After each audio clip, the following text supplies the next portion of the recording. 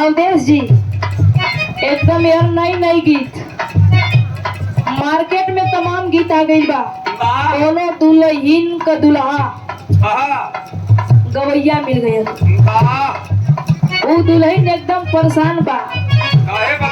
कुछ दिन तो अपने ससुरा में बितौली, लेकिन जब नैहरे में पहुंचली तो कुछ सखी पूछती कि अरे सखी तनी बतावा अपने ससुरा का हाल। कहनी कि ससुरा के लोग सब बढ़िया बा, लेकिन एगो हमार पियवा हो, हमार वह राजा जी कथन दिनवा तो दिनवा का गुनगुनाला और रतियों का लगन टेरे। वो दुल्हन अपने सखी से बतावत है कैसे।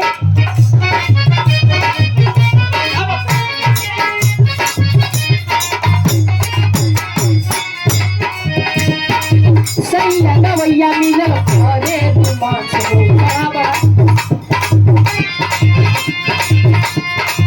सैया गवैया मिलल घरे रोमांस हो, आधी आधी रतिया में घरे रोमांस हो।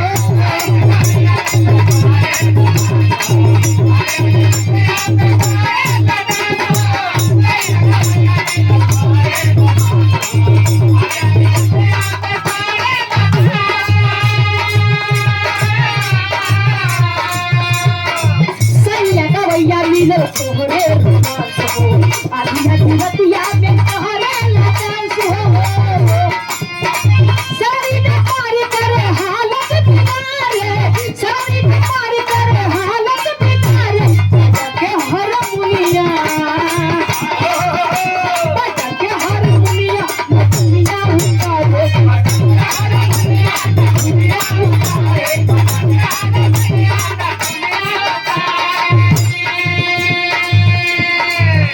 दुल्हनिया और का बतावत हो।